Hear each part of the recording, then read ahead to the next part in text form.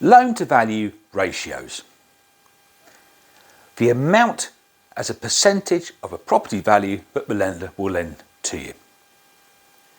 Some lenders lend 80% of property value, others will lend 70% of property value. Sounds simple.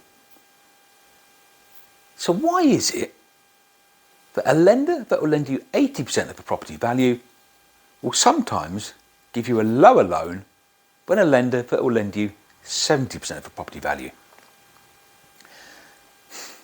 If there's anything any of us know about the finance sector, it is that the things that should be simple rarely are. Let me explain why it happens and why it catches clients out.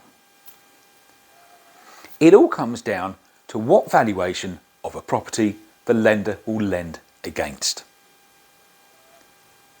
Now, to you and me, the value of a property is what it's worth. That's because most people will talk in terms of open market value. In other words, if I was going to sell or buy a property, what would I expect to pay for it? What's the market selling similar properties at? That's open market value. Lenders will sometimes lend on open market value. They may also lend on a 180-day value or even a 90-day value. What that means is 180-day value. What can I expect to get for a property if I had to sell it and complete in 180 days? And likewise, 90 days, what could I get for it if I had to sell and complete in 90 days? Those two figures are always lower than the open market value. As a guide, 180-day value, typically 10% lower, and 90-day value, 15 to 20% lower. So it all comes down to what valuation the lender's using.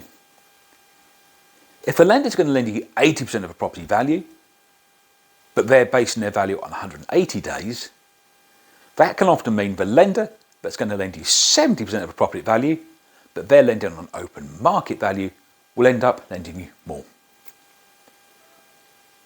Strange, isn't it?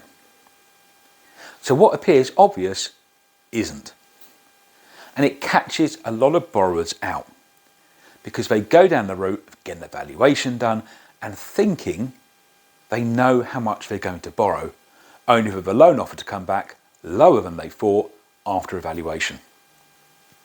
It means they're scrabbling around looking for a higher deposit for a purchase, or they can't borrow as much as they thought, and they've paid out probably on legals, on searches and evaluation.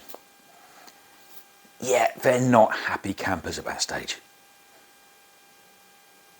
Now, we'll always explain to the client what valuation the lender is going to work on, so it's always nice and clear.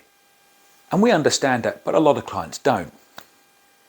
So if you're looking at borrowing against a property value, don't just look at the loan to value the lender will advance.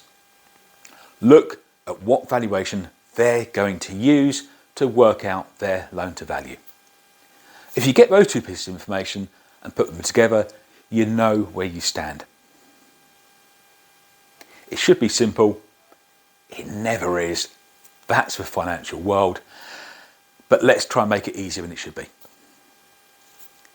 Any questions, any queries with regard to raising money against a property, get in touch. We'll explain it to you. We'll help you through it. In the meantime, loan to values, don't take them at face value. Look at what valuation the lender's going to lose and then work out where you are. Happy to help. Get in touch.